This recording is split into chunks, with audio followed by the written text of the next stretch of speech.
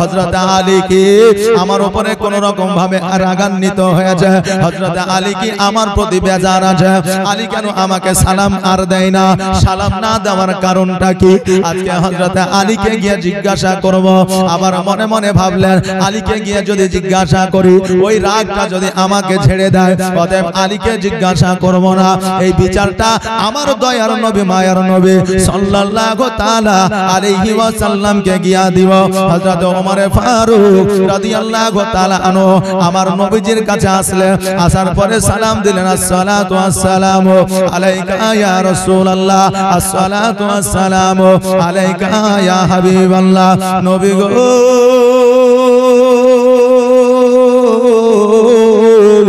আপনি যেই দিন থেকে বলেছেন যে সর্বপ্রথম সালাম দিবে সে বেশি সবের অধিকারী হবে, সেই দিন থেকে আলী রাদিয়াল্লাহু তাআলা আনহু আমাকে সালাম দিত, সালাম করত, কিন্তু আজকে 3 দিন থেকে আমাকে সালাম দেয় না। এর বিচারটা আপনাকে করে দিতে হবে। আমার নবীজি বললেন, ওমর এই কথাটা যদি সত্য হয়, যদি এটাই হয়, এবার আমি হযরত আলীকে ডাকবো। সাহাবীদের দিয়া আমার হযরত আলীকে ডাকা হলো। হযরত আলীকে বললেন, আলী রে আজকে প্রতিদিন প্রতিনিয়ত তুমি ওমরকে সালাম খানা দিতা, আজকে তুমি 3 দিন থেকে সালাম কেন দাও না? হযরত আলী রাদিয়াল্লাহু তাআলা আনহু বলে, ইয়া রাসূলুল্লাহ, ইয়া হাবিবাল্লাহ, নবী গো আমার বেয়াদবি আপনি maaf করবেন। ইয়া রাসূলুল্লাহ আমি প্রতিদিন হযরত ওমরকে সালাম দিতাম। আমি 3 দিন আগে রাত্রি বেলায় বিছানায় শুয়েছিলাম, স্বপ্নের মাধ্যমে দেখলাম আমার জন্য একটা জান্নাতে ঘর তৈরি করা হয়েছে, আর ওই ঘরের দরওয়াজায় হযরত আলী নামটা লেখা রয়েছে। আমি হযরত জিবরিল আলাইহিস সালামকে জিজ্ঞাসা করলাম, ও জিবরিল শোনো রে, আজকে এই জান্নাতের মধ্যে ঘরটা তৈরি করলো কে, আর দরওয়াজার সম্মুখে আমার নামটা কেন লেখা? হযরত জিবরিল আলাইহিস সালাম বললেন, ও হযরত আলী শোনো গো, আজকে সর্বপ্রথম 40 দিন ধরে হযরত ওমরকে আপনি সালাম দিয়েছেন। এই সালাম দেওয়াতে আমার আল্লাহ তাবারক তাআলা খুশি হয়েছে, আর আমার আল্লাহ খুশি হইয়া আপনার জন্য খাস করে এই জান্নাতের মধ্যে একটা ঘর তৈরি করেছে। আলী বললেন, হুজুর গো সালাম দেওয়ার কারণে যদি আমার আল্লাহ আমার জন্য জান্নাতে একটা ঘর তৈরি করে, আমি চিন্তা করলাম, ভাবনা করলাম, আমি আজকে থেকে সালাম দিব না। আমার ওমর আমাকে আজকে থেকে 40 দিন সালাম দিবে, আর আমার মতো আমার পাশে ওই ওমরেরও একটা ঘর তৈরি হয়ে যাবে। আমার মতো হযরত ওমর ফারুক রাদিয়াল্লাহু তাআলা আনহুর আমার পাশে একটা ঘর তৈরি হয়ে যাবে। বাবাজি ভাইরা, এখান থেকে বোঝা যায় যে সালাম আগে দিবে, তার জন্য আল্লাহ তাবারক তাআলা জান্নাতের মধ্যে একটা ঘর তৈরি করে দিবে। বিভেদ নয়, হিংসা নয়, শিক্ষা যোগ্যতার অহংকার নয়, আমিও মুসলমান আপনিও মুসলমান, অতএব একে অপরকে সালাম আদান প্রদান করে আল্লাহ যেন সেই তৌফিক দান করে। সকলে একবার আওয়াজ দিয়ে বলেন আমিন। হিংসা করলে আমাদের ক্ষতি হয়, লাভ হয় না। লাভ হয় যে লাভ হয় না, আমাদের ক্ষতি হয়। অতএব একজন মুসলমান অপর মুসলমানের প্রতি হিংসা করবেন না। মানুষ হলেই মানুষ হওয়া যায় না, মানুষত্ব থাকলেই আসল মানুষ হওয়া যায়। এখন আপনি যদি মনে করেন যে আমি মানুষ, অপরজন মানুষকে কষ্ট দিব দিয়ে আল্লাহকে খুশি করব, তাহলে কিন্তু আল্লাহকে খুশি করা যাবে না। কারো হক মেরে কি আল্লাহকে খুশি করা যায়? আল্লাহকে খুশি করা যায় না। আপনি একটা জিনিস তৈরি করলেন, কারণ আপনি রাজমিস্ত্রি, একটা বাড়ি প্লাস্টার করলেন। এবার বাড়ি প্লাস্টার করার পরে এবার আপনি একজনকে বলছেন, ভাই এই বাড়িটা আমি প্লাস্টার করলাম, বাড়িটা কেমন, প্লাস্টারটা কেমন লাগছে? এখন ও যদি বলে যে এই প্লাস্টারটা একবারে জঘন্য, খারাপ, নোংরা দিয়ে যদি থুতু ফেলিয়ে দেয়, আর দেওয়ার পরে যদি আপনাকে বলে, ভাই আপনাকে আমি পছন্দ করি, আপনাকে ভালোবাসি, কিন্তু আপনার প্লাস্টারটা আমার পছন্দ নয়, আচ্ছা বলেন ওই মানুষটা কি ওই ভালোবাসা অ্যাকসেপ্ট করবে? করবে করবে না। তো ও ভাববে যে আমি এত সুন্দর করে আমি কাজটা করলাম, তুই আমার কাজকে পছন্দ করিস না, তা আমাকে কি করে পছন্দ করবি? তো আল্লাহর সৃষ্টি মানুষ, অতএব একজন মানুষ হইয়া অপরজন মানুষকে কষ্ট দিবেন, ওটাকেও আল্লাহ সৃষ্টি করেছে, আপনাকেও আল্লাহ সৃষ্টি করেছে। অতএব আল্লাহর সৃষ্টিকে ঘৃণা করবেন আর আল্লাহকে বলবেন আল্লাহ আমি তোমায় ভয় করি। ওই আল্লাহ কাল কিয়ামতের দিনে আপনাকে জান্নাত দিবে না। অতএব সাবধান হয়ে যান, হুঁশিয়ার হয়ে যান, হিংসা কারো উপরে করবেন না। কারণ হিংসা আমাদের ক্ষতি করে, আমাদের লস করে। হিংসা আমাদেরকে নিচের দিকে নিয়ে যায়, উপরে নিয়ে যায় না। আজকে মুসলমান ঘরে চাকরি হচ্ছে, আপনি তাকে আরো সাহস দেন। আজকে মুসলমান ঘরে বিজনেস করছে, আপনি তাকে আরো সহানুভূতি দেন। আজকে মুসলমান ঘরে আপনার ঠিকাদারি করছে বা হয়তো ইঞ্জিনিয়ার হয়েছে, রোজগার উপার্জন করছে, তাকে আরো সহানুভূতি দেন, কিন্তু তাকে টেনে নামানোর চেষ্টা করিয়েন না। হযরত মুসা কালিমুল্লাহর জামানায় একজন বলেছিল, হে মুসা তুমি তো বলছো যে ইসলাম ধর্ম কবুল করো, তা আমি ইসলাম ধর্ম যদি কবুল করি তা আমাকে কি দিবা? বলে তোমাকে কি দিব? বলে শোনো আমি তো গরিব মানুষ, এক কাজ করো আমি একটা জিনিস চাইবো, যদি আমাকে দাও তাহলে আমি মুসলমান হব। বলে কি নিবা? বলে আমাকে এমন একটা জিনিস দাও আমি ওই জিনিসটা থেকে যেটা চাইবো সেটাই যেন পেয়ে যাই। তো মুসা কালিমুল্লাহ আল্লাহকে বলে আল্লাহ গো এই ব্যাপার। তা আল্লাহ বলেন ঠিক আছে একটা পাথর দিয়ে দে আর ওকে বলে দে যে এই পাথরটা ঘষে যা চাইবে সেটাই পাইবে, কিন্তু এর মধ্যে একটা শর্ত আছে। শর্তটা হলো এই যে ও যদি বলে পাথরটা ঘষায় এক থালা ভাত হয়ে যায়, তো অন্য মানুষের 2 থালা হবে আর ওর 1 থালাই হবে। ও যদি বলে আমার 1 তলা বাড়ি হয়ে যায়, তো অন্য মানুষের 2 তলা হবে, ওর 1 তলাই থাকবে। এই কথাটা তাকে বলে দে, আর এটাই তার শর্ত। এবার হযরত মুসা কালিমুল্লাহ ওই পাথরটা ওই ব্যক্তিকে দিয়ে দিল। ব্যক্তিকে দেওয়ার পরে বলল যে ভাই একটা শর্ত আছে, এই পাথরটা ঘষে 1 থালা ভাত চাইলে আপনি 1 থালা পাবেন, লোকে 2 থালা। এই পাথরটা ঘষে যদি বলেন 1 তলা বাড়ি দে, তো 2 তলা বাড়ি লোকের হবে, আপনার 1 তলা। এবার এই পাথরটা নিয়ে নেন, আপনি যেটা চাইবেন সেটাই পাইবেন। এবার ওই পাথরটা নিয়ে আসার পরে বাড়িতে চিন্তা করছে, আহারে আমি এত কষ্ট করে চাইলাম আর আমার চাওয়ার পরে আমার এই 1 তলা লোকের 2 তলা, আমার 1 তলা লোকের 2 তলা, আমিও খেতে পাবো না, আমি লোককেও খেতে দেব না। এই পাথর পাথরই থাকবে, একে জীবনও ঘুষবো। পাথরকে বাড়িতে রেখে দিয়া বিবিকে বলছে এদের চললাম আমি বিদেশে কাজ করতে, খবরদার এই পাথরটা যেন না হারায় আর এই পাথরটা যেন না ঘষিস, কারণ এই পাথরের এই কারামত আছে। বিবিকে বলে দিল। এখন স্বামী বিদেশ চলে গেল, এখন স্ত্রী ছেলে মেয়েদের নিয়ে বাড়িতে অভাব অনটনের দিন কাটাচ্ছে।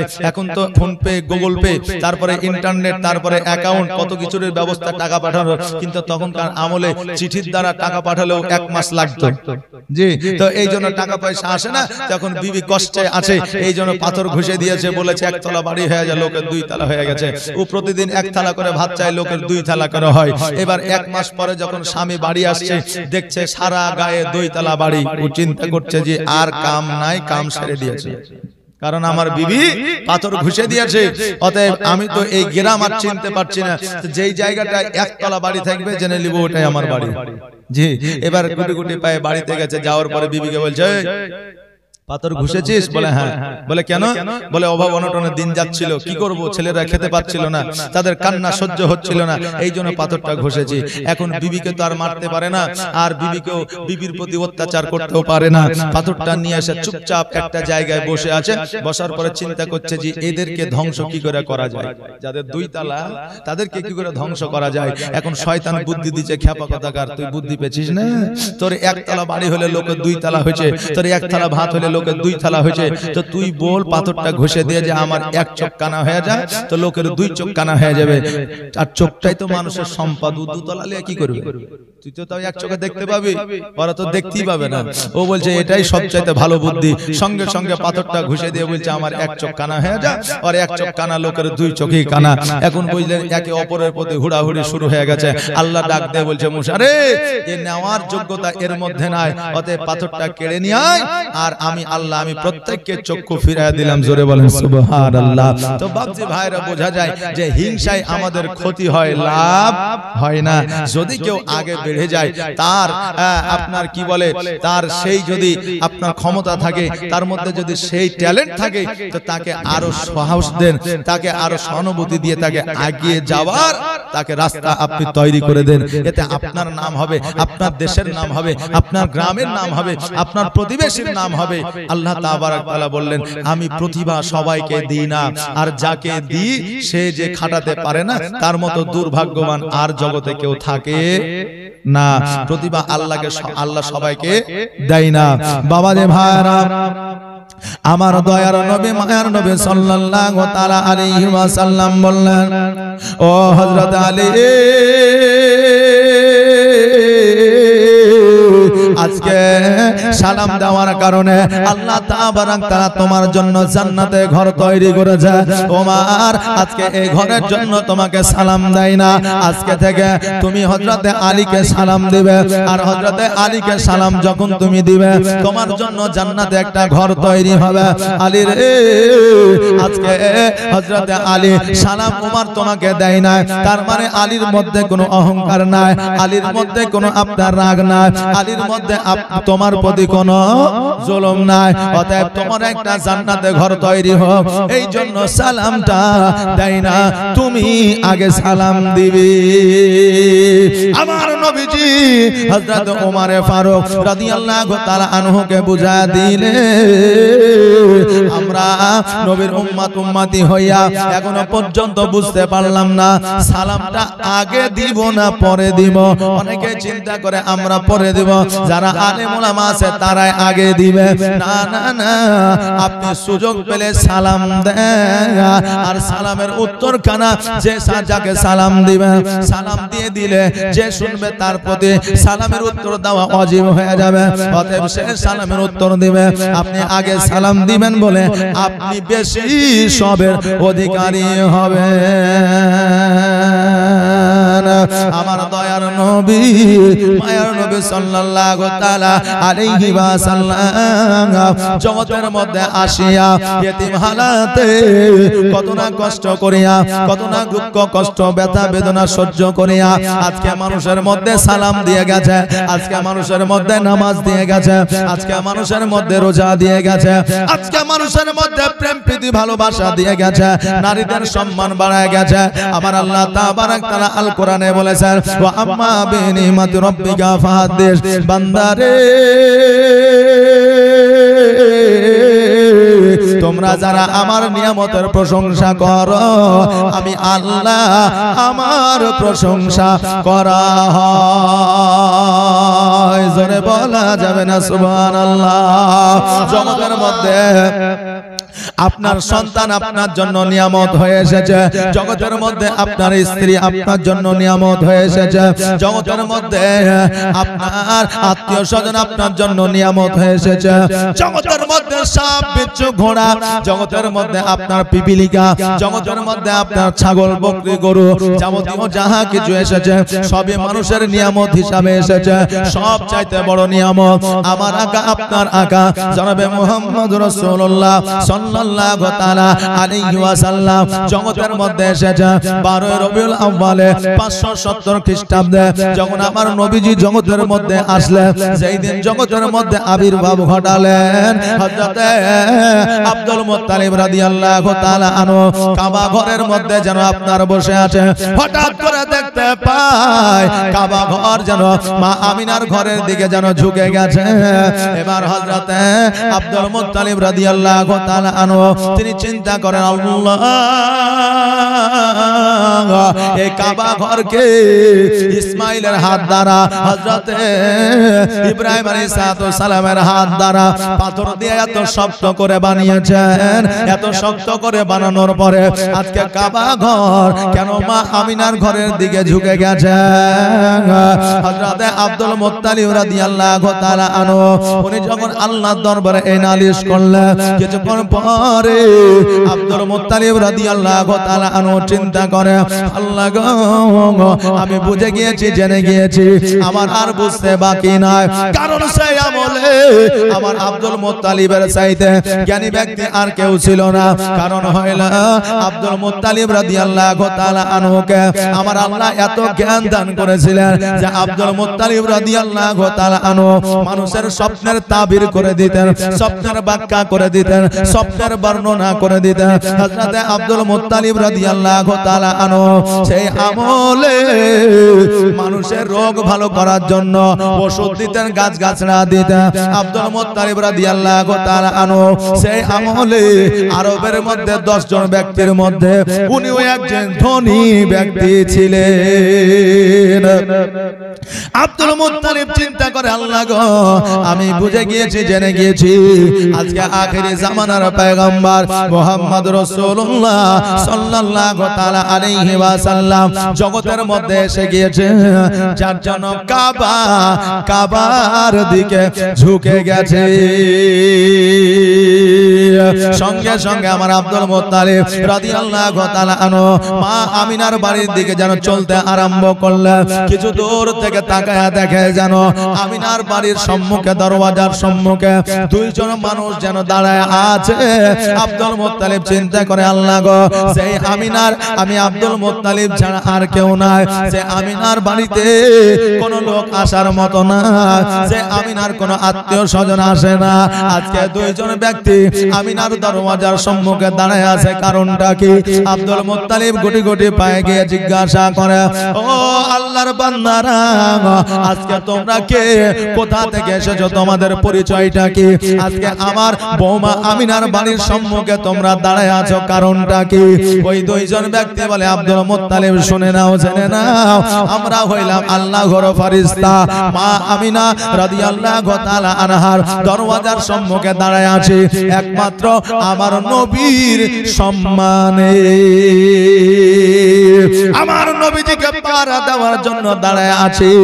আব্দুল মুত্তালিব রাদিয়াল্লাহু তাআলা আনহু বলে, ও আল্লাহর ফেরেশতারা, শোনো রে, আজকে আমার পিতা মুহাম্মদকে পাহারা দেওয়ার জন্য দাঁড়িয়ে আছো, ভালো কথা, তবে আমার জন্য তোমরা রাস্তাটা ছেড়ে দাও। আমি দয়ার নবী, মায়ার নবী সাল্লাল্লাহু তাআলা আলাইহি ওয়াসাল্লামকে একবার 2 চোখে দেখতে চাই। আল্লাহর ফেরেশতারা বলল, ও আব্দুল মুত্তালিব, শোনো গো, আজকে নবীজি জগতের মধ্যে এসেছে, আজকে থেকে নিয়ে 1 সপ্তাহ পর্যন্ত জগতের মানুষের জন্য আমার নবীর চেহারা দেখা বারণ আছে। আজকে থেকে 1 সপ্তাহ পর্যন্ত আল্লাহর ফেরেশতারা আসবে আর আমার নবীজিকে দর্শন করবে, জগতের মানুষ দর্শন করতে পারবে না। আব্দুল মুত্তালিব চিন্তা করে, হায় রে, যেই পোতা আমার নিজের, আমার সন্তানের সন্তান, অতএব আজকে আমি দেখতে পাবো না, এটা হতে পারে না। আব্দুল মুত্তালিব রাদিয়াল্লাহু তাআলা আনহু জোর করে যখন আমিনার ঘরে প্রবেশ করতে গেলেন, অমনি সময় আল্লাহর ফেরেশতারা আব্দুল মুত্তালিবের মাথার মধ্যে একটা আঘাত করলেন। কোন রাবী বলেছেন, না না, আব্দুল মুত্তালিবের মাথায় হাত বুলিয়ে দেওয়া হয়েছিল, ওই সময় আব্দুল মুত্তালিব অজ্ঞান হয়ে গিয়েছিল। কোন রাবী বর্ণনা করেছেন, না না, আব্দুল মুত্তালিবের মুখে চোখে হাত বুলিয়ে দিয়েছিল, আব্দুল মুত্তালিব অজ্ঞান হয়ে গিয়েছিল।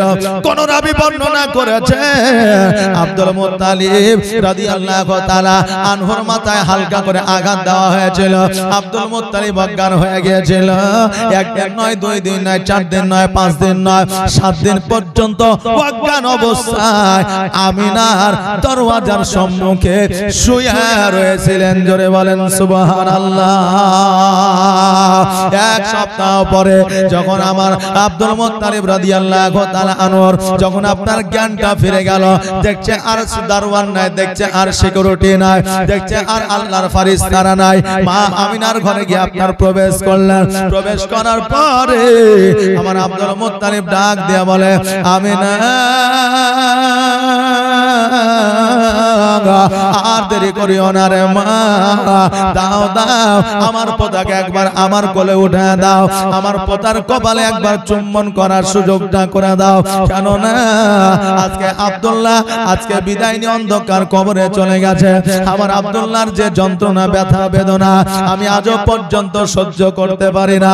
আজকে মোহাম্মদের চেহারা খানা দেখে, আজকে মোহাম্মদের সুরাত খানা দেখে, আজকে মোহাম্মদের নূর খানা দেখে আজকে আমার বুকের ব্যথা বেদনা যন্ত্রণা দূর করে দিতে চাই। আমি না বললেন আব্বা গো আজকে এক সপ্তাহ হয়ে গেল আমার সন্তান জগতের মধ্যে এসেছে, আমার সন্তানকে নেওয়ার জন্য আপনি কেন আসেন না? আমার আব্দুল মুত্তালিব বললেন ওরে আমার বেটি শোনো রে, আজকে আমি আগে এসেছিলাম কিন্তু আল্লাহর ফেরেশতারা দর্শন করবে বলে আজকে আমাকে তোমার ঘরে প্রবেশ করতে দেয় না। আমি না বললেন আব্বা গো আপনি আসেন, আপনার পোতাকে আপনি কোলে উঠেন। আমার হযরতে আব্দুল মুত্তালিব রাদিয়াল্লাহু তাআলা আনহু আমার দয়ার নবী মায়ার নবী সাল্লাল্লাহু তাআলা আলাইহি ওয়াসাল্লামকে যেন আপনার কোলে উঠে আনিলেন। আর কোলে উঠে নেওয়ার পরে দুই চোখের পানি ছেড়ে দিয়া আব্দুল মুত্তালিব রাদিয়াল্লাহু তাআলা আনহু কান্না করতে আরম্ভ করলেন। আমিনা বলে আব্বা গো আপনি যদি এইভাবে কান্না করেন আমি আমিনা থাকতে পারবো না, আমিও কান্না করতে আরম্ভ করে দিব। আমার আব্দুল মুত্তালিব বলে ওই আমার বৌমা শোনো গো, আজকে যে কান্নাটা আমি করি এটা দুঃখের কান্না নয়, এটা আমার আনন্দের কান্না। মানুষ দুইটা সময় কান্না করে, দুইটা সময় মানুষের চোখ দিয়ে আপনার পানি ঝরে অশ্রু ঝরে, একটা হলো দুঃখের সময় আর একটা হলো খুবই আনন্দের সময়।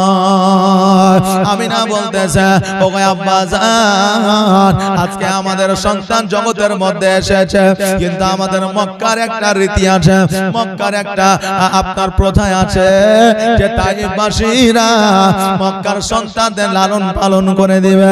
ওগো আব্বা জান এখনো পর্যন্ত কোন মানুষ আমার সন্তানকে নিতে আসে না।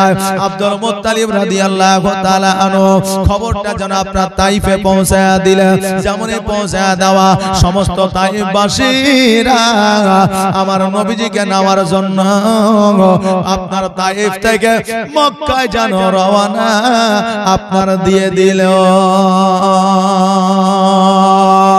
এইদিকে তাইফের মধ্যে একজন ইতিহাসের পাতায় জল জল করে তার নামটা দেখা যায়, যে নামটা হলো হযরত হালিমাতু সাদিয়া। ওই হালিমাতু সাদিয়া রাদিয়াল্লাহু তাআলা আনহা বিছানায় যেন শুয়ে আছে, কারণ হইল আমার মা হালিমা রাদিয়াল্লাহু তাআলা আনহা সর্বদা সর্বক্ষণ অসুস্থ অবস্থায় থাকতেন। নিজের বাড়িতে খাবার ছিল না, নিজের সন্তানকে খাবার দিতে পারত না, তারপরে নিজের বকরিতে দুগ্ধ দিত না, খেজুর গাছে খেজুর ধরত না, বাড়ির অভাব অনটন দূর হইত না। ওই হালিমা বিছানায় শুয়ে আছে, ঘুমন্ত অবস্থায় স্বপ্নের মাধ্যমে দেখতে আসে হালিমাকে যেন বড় পিপাসা লেগেছে, পিপাসা কাতর হইয়া মরুভূমি যেন আপনার ছুটাছুটি করতেছে, কোন জায়গায় যেন পানি পাওয়া যায় না। হঠাৎ করে দেখতেছে যেন একটা পাহাড়ের উপর থেকে ঝর্ণার ন্যায় যেন পানি বর্ষণ হইতে আছে। হযরত হালিমাতু সাদিয়া রাদিয়াল্লাহু তাআলা আনহা ছুটতে ছুটতে গিয়া হাতের তালুতে পানি নিয়া যেমনই আপনার পান করতে যাবে অমনি একজন বান্দা আসিয়া হালিমার হাতে হাত দিয়া যেন পানিটা আপনার ফেলে দিল। হালিমা বলতেছে ওগো আল্লাহর বান্দা আমি আপনার কি দোষ করেছি, কি এমন ক্ষতি করেছি আজকে আমাকে এত পিপাসা লেগেছে তবুও পানিটা আপনি পান করতে দিলেন না। ওই ব্যক্তি বলে শোনো রে হালিমা, আমি হলাম আল্লাহর ফেরেশতা, আজকে এই পানিটা যদি তুমি পান করে নাও তোমার পিপাসা নিবারণ হয়ে যাবে। আর তোমার পিপাসা যদি নিবারণ হয়ে যায় মক্কা নগরে এমন একটা সন্তান জন্মগ্রহণ করেছে, ওই সন্তানটিকে তুমি পাবে না। আর সন্তানটিকে তুমি যদি না পাও তোমার জীবনটা এইভাবে চলে যাবে, তোমার জীবনের পরিবর্তন ঘটবে না। হালিমা আজকে পানিটা তুমি পান না করিয়া মক্কা নগরে চলে যা। আর মোহাম্মদ নামে একটা সন্তান জগতের মধ্যে এসেছে, তার বাপের নাম হলো আব্দুল্লাহ, তার দাদুর নাম হলো আব্দুল মুত্তালিব। ওই সন্তানটিকে নিয়ে এসে তুমি লালন পালন করে দাও। ওই সন্তানটিকে যদি তুমি লালন পালন করে দিতে পারো, তোমার এই জগৎ মঙ্গল হবে, পরের জগৎ মঙ্গল হবে। সঙ্গে সঙ্গে জানো হালিমা রাদিয়াল্লাহু তাআলা আনহার যেন বাবা আপনার ঘুম ভেঙে গেল। যেমন ঘুম ভেঙে যাওয়া, উনি চিন্তা করেছেন, আল্লাহ গো, আমি এক কেমন স্বপ্ন দেখলাম, এই স্বপ্নটা যদি আমার সত্যি হয়ে যায়, আমার জীবন ধন্য হয়ে যাবে। ওনার স্বামীর নাম ছিল হারিস। হারিস আসিয়া বলতেছে, বিবি রে, তোমার শরীরটা তো অসুস্থ, আজকে তুমি বিছানায় বসিয়া কি চিন্তা করো? হালিমা বলতেছে, প্রাণের স্বামী গো, ওগো আমার মাথার তাজ, আমি জীবনে আপনাকে কোনদিন রিকোয়েস্ট করিনি, জীবনে কোনদিন আপনাকে অনুরোধ করিনি, জীবনে কোনদিন আপনাকে আদেশ করিনি। আজকে একটা কথা আপনাকে বলতে চাই। হারিস বলল, বিবি কি কথা তুমি বলো? হালিমা বলতে যে, স্বামী গো, আমি এমন একটা স্বপ্ন দেখলাম, ওই স্বপ্নটা যদি আমার বাস্তবায়িত হয়ে যায়, আমার জীবন পরিবর্তন হয়ে যাবে। হারিস বলল, বিবি রে, কি এমন স্বপ্ন দেখেছো? বলো বলো, তুমি আমাকে বলো, আমি ওই স্বপ্নটা আমি শুনে পূরণ হবে কিনা সেটা আমি জানতে চাই। হালিমা বললেন, আমি এই রকম স্বপ্ন দেখলাম, মক্কা নগরে নাকি একটা সন্তান জন্মগ্রহণ করেছে, ওই সন্তানটিকে নিয়ে এসে যদি লালন পালন করে দিতে পারি, আমাদের জীবন পরিবর্তন হয়ে যাবে। হারিস বলল, বিবি রে,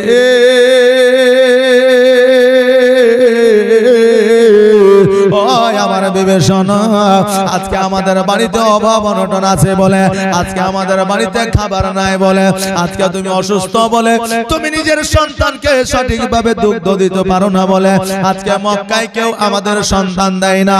আজকে ওই মুহাম্মদকে নামার জন্য যাব, আমাদের যদি না দেয়, আজকে আমরা এক সপ্তাহ ধরে অনাহারে আছি, আজকে আমাদের ওট গুলো এক সপ্তাহ ধরে অনাহারে আছে, আমরা মক্কায় গিয়ে আর ফিরে আসতে পারবো না।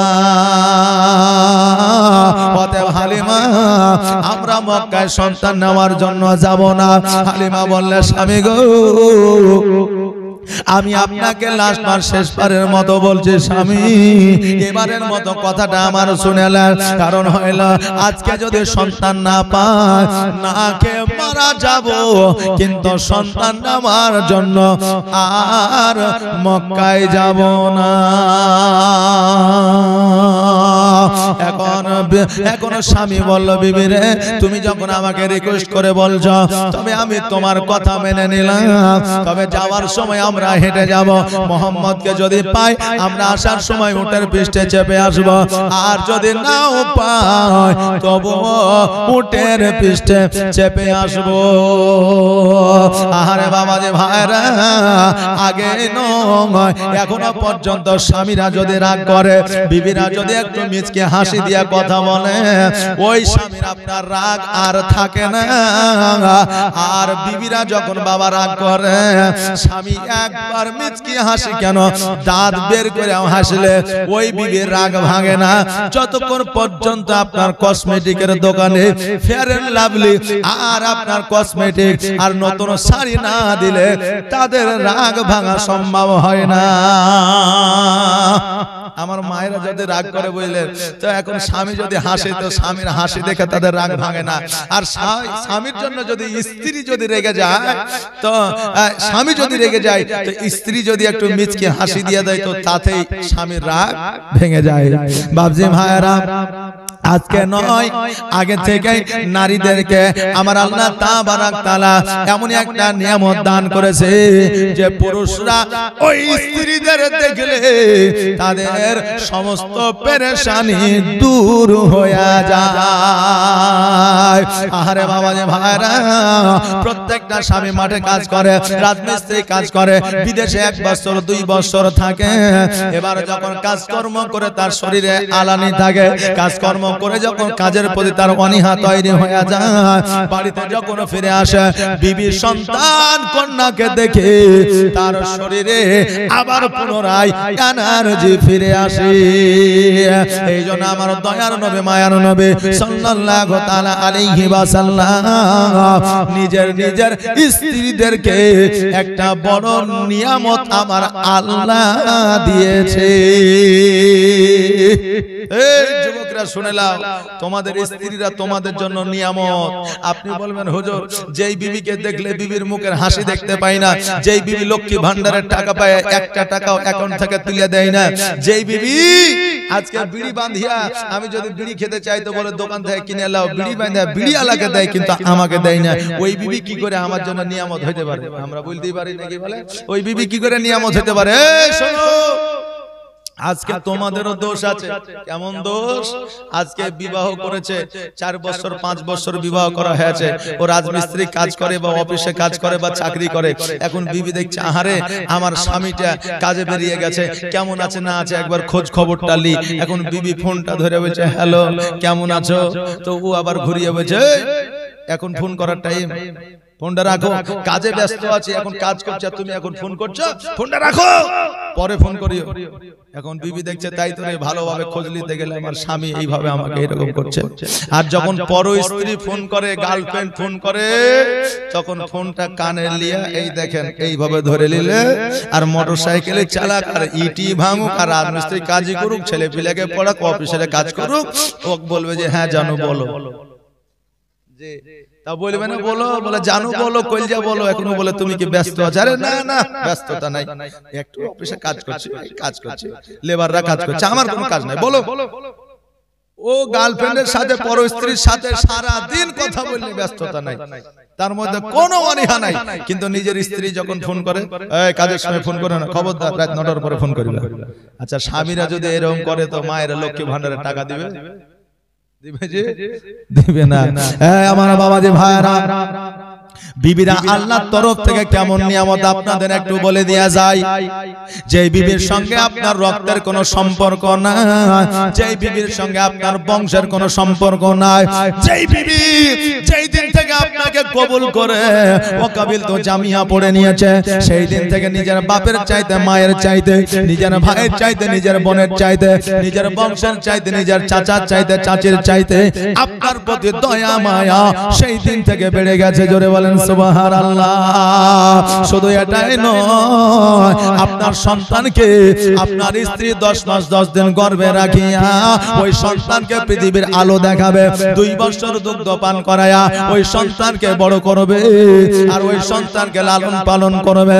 শুধু এটাই নয়, আপনি যখন অসুস্থ হয়ে যাবেন আপনার খিদমত, আপনার সেবা আপনার স্ত্রী করবে।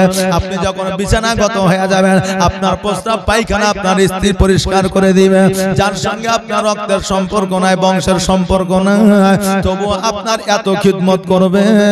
এই জন্য আমার নবীজি এই স্ত্রীদের আল্লাহর তরফ থেকে নিয়ামত বলা হয়েছে। জোরে বলেন সুবহানাল্লাহ। অতএব আমরা ওই স্ত্রীদের কষ্ট দিব না, আর ওই স্ত্রীদের বিনা কারণে তাদের দুঃখ দিব না। আর আজকে যদি আমরা দুঃখ কষ্ট বিনা কারণে দিয়ে দে, আমার নবী বেজার হয়ে যাবে। কারণ হইল আমার নবীজি এই নারীর সম্মানকে আমার আল্লাহর দরবারে উঁচু করে দিয়েছে। জোরে বলেন সুবহানাল্লাহ। ও বাবা রে ভাইরা, আজকে নয় কালকে নয়, অতীত থেকে আসছে। স্ত্রীরা যদি একটু ভালো মনে খুশি হইয়া আনন্দ হইয়া নিজকে হাসি দিয়ে যদি স্বামীদের বলে, ওই স্বামীরা কিন্তু স্ত্রীর কথা মেনে নেন।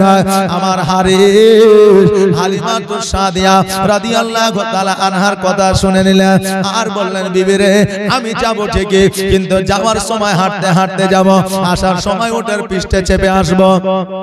বিবি বলল ঠিক আছে তাই হবে। এবার বলল কখন যাব? বলে এখন তো সময় নাই, সকাল বেলায় যাব। কারণ হইলো অনেক রাত্রি হয়ে গেলে আমরা আর কোনো দিকে যাইতে পারবো না, থাকার মতো জায়গা নাই, অতএব সকাল বেলায় যাব। এইদিকে আগে খবর পেয়েছে তাইফবাসীরা, সমস্ত তাইফবাসীরা আমিনার বাড়িতে গিয়ে হাজির হয়েছে। হাজির হওয়ার পরে দেখছে যখন শুনলো যখন ওই মুহাম্মদের আব্বা নাই, হযরত আব্দুল্লাহ রাদিয়াল্লাহু তাআলা আনহু এই জগতে নাই, পর জগতে চলে গেছে। যখন এই কথা শুনেছে সকল তাইফবাসীরা যেন মুখটা ফিরিয়ে নিয়েছে। আর আব্দুল মুত্তালিবকে বলতেছে, ওই আব্দুল মুত্তালিব শোনো গো, আজকে তোমার পোতাকে আমরা নিয়ে গিয়ে লালন পালন করে দিতে পারবো না। আব্দুল মুত্তালিব বলে কেন পারবে না? তাইফবাসীরা বলল যে তোমার পোতার আব্বা নাই, তোমার সন্তান না, আমরা সঠিক মূল্য পাবো না, সঠিক টাকা পয়সা পাবো না। আব্দুল মুত্তালিব বলল শোনো রে, আজকে মক্কা নগর থেকে যত সন্তান নিয়ে গেছো, যতটা তোমরা সোনামণি মুক্তা হীরা দানা যা পেয়েছো তার চাইতে দ্বিগুণ আমি আব্দুল মুত্তালিব দিব। জোরে বলেন সুবহানাল্লাহ। তাইফবাসীরা বলল ও আব্দুল মুত্তালিব শোনো গো, আজকে যাদের আব্বা বেঁচে আছে তারাই তো সঠিকভাবে মূল্য দেয় না। তুমি দাদু পরে যদি বলো আমি জানি না, তখন আমরা কি করব?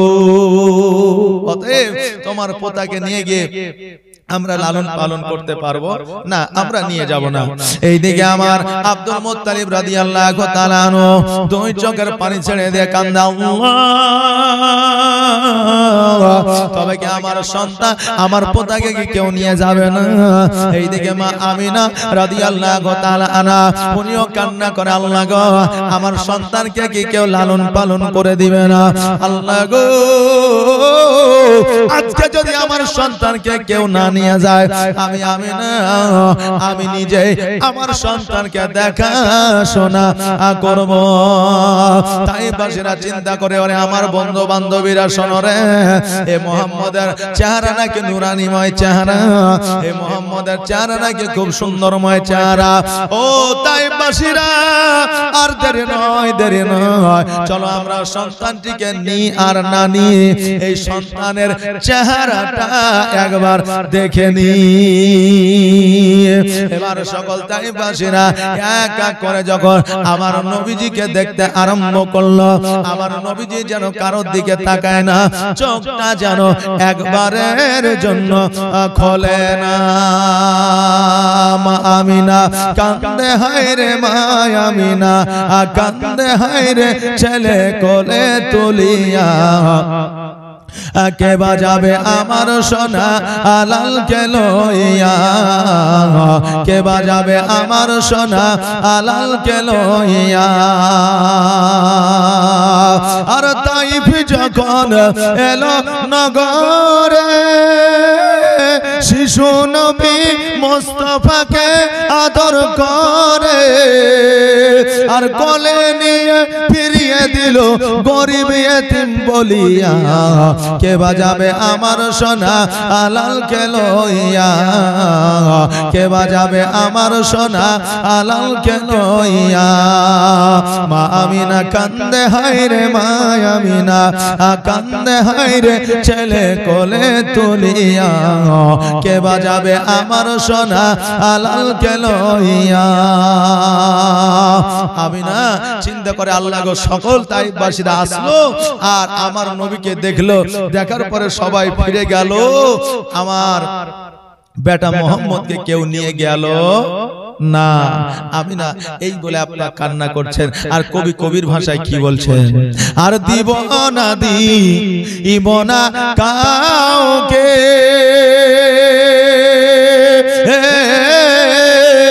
আর লালন পালন করব আমি নিজের হাতে।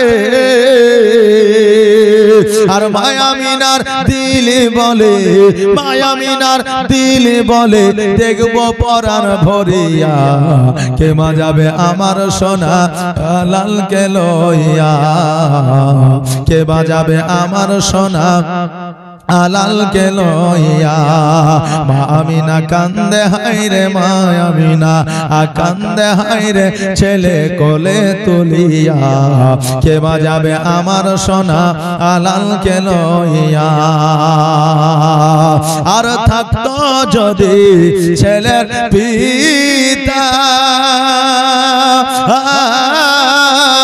আর হাজার দুঃখ হলে পরে আসতো না ব্যথা আর তাহার কথা ভেবে ভেবে তাহার কথা বলে বলে কলিজা যায় ফাটিয়া কে বাজাবে আমার সোনা আলাল কে লইয়া কে বাজাবে আমার সোনা আলাল কে লইয়া মা আমিনা কান্দে হায়রে মা আমিনা কান্দে হায়রে ছেলে কোলে তুলিয়া কে বাজাবে আমার সোনা আলাল কে লইয়া কে বাজাবে আমার সোনা আলাল কে লইয়া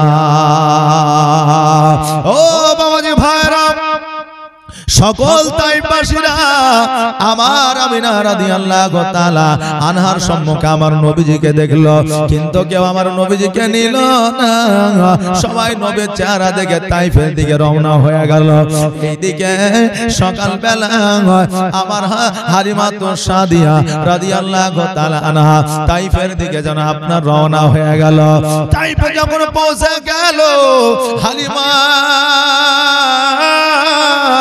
দেখতে যেন আমার আব্দুল মুত্তালিব রাদিয়াল্লাহু তাআলা আনহু কাবা ঘরের পাশে বসিয়া দুই চোখের পানি ছেড়ে দিয়ে যেন কান্দে আমার হযরত হালিমাতু সাদিয়া রাদিয়াল্লাহু তাআলা আনহা গুটি গুটি পায়ে যাইয়া আব্দুল মুত্তালিবকে ডাক দিয়ে বলে ও আব্দুল মুত্তালিব আমি হালিমা আমি আপনাকে একটা কথা বলতে চাই যদি আপনি আমার কথাটা রেখে দেন আমার আব্দুল মুত্তালিব বলে কি কথা বলো হালিমা বললেন কোন তাইফবাসীরা তোমার পোতাকে নিয়ে গেল না তোমার পোতাকে যদি আমার কোলে উঠায়া দাও আমি তোমার পোতাকে লালন পালন করে দিব আব্দুল মুত্তালিব বলে হালিমা তোমার বাড়িতে তোমার নিজের সন্তানকে দুগ্ধ দিতে পারো না তোমার সন্তান তোমার বাড়িতে তোমার অভাব দূর হয় না তোমার খেজুর গাছে খেজুর ধরে না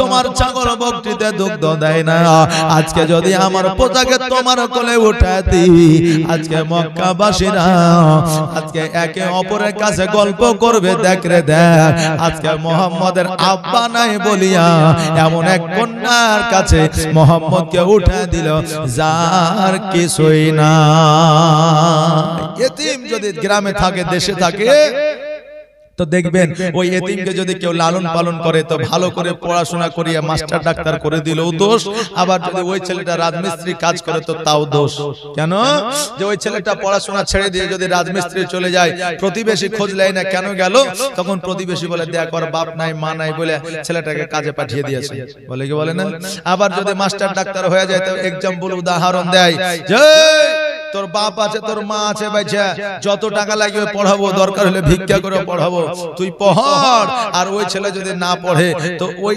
এতিমটাকে দেব উদাহরণ দেয় দেখ ওর বাপ নাই মা নাই টাকা ছিল না পয়সা ছিল না তাও পড়াশোনা করে চাকরি পেয়েছে মাস্টার হয়েছে ডাক্তার হয়েছে আর আজকে তোর বাপ আছে মা আছে টাকা দিয়েছে তাও পড়তে পারিস না তো তোর চাইতে ওই এতিমই ভালো আবার অনেকে বলে যে এতিম পরের টাকা পেয়েছে তো চাকরি বাকরি করতে খুব ভালোই লাগছে এরকম অনেকেই বলে গ্রামে গঞ্জে তো এতিম লালন পালন করলে আপনার প্রতিবেশীর কাছে অনেক সময় খারাপ হওয়া যায় ভালো করলেও খারাপ হয় খারাপ করলেও খারাপ হয় এই জন্য মানুষের কাছে মন পান আর না পান আমার আল্লাহ তাবারক তাআলা বলছেন এতিমকে টাকা দিয়ে পয়সা দিয়ে ধন দিয়ে সম্পদ দিয়ে সহযোগিতা করা তো দূরের কথা ওই এতিমের মাথায় যদি একবার হাত বুলিয়ে দাও তা আল্লাহ তাবারক তাআলা একটা মাকবুল হজের সব দিয়ে দিবে জোরে বলেন সুবহানাল্লাহ বাপজি আপনাকে এতিম লালন পালন টাকা পয়সা দেওয়ার কারণে গ্রামের মানুষ প্রতিবেশী দেশের মানুষ দেখতে পারুক আর না পারুক আমার আল্লাহ তাবারক তাআলা আপনাকে রহমতের দৃষ্টিতে দেখবে জোরে বলেন সুবহানাল্লাহ এইজন্য এতিম পাইলে ওই এতিমের একটু সেবা করার চেষ্টা করবেন,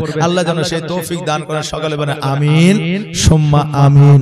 তো আমার আব্দুল মুত্তালিব বললে, হালিমা আজকে তোমাকে আমি যদি দিয়ে দিই তো তাহলে এই মক্কা নগরের মানুষরা এই কথা সে কথা বলবে, তোমার তো নিজের টাকা নাই পয়সা নাই, খেতে পাও না, তোমার তো নিজের সন্তানকে তুমি দুগ্ধ দিতে পারো না, তোমার নিজের শরীর তো অসুস্থ, আমি তোমার কোলে কি করে উঠিয়ে দিই বলো?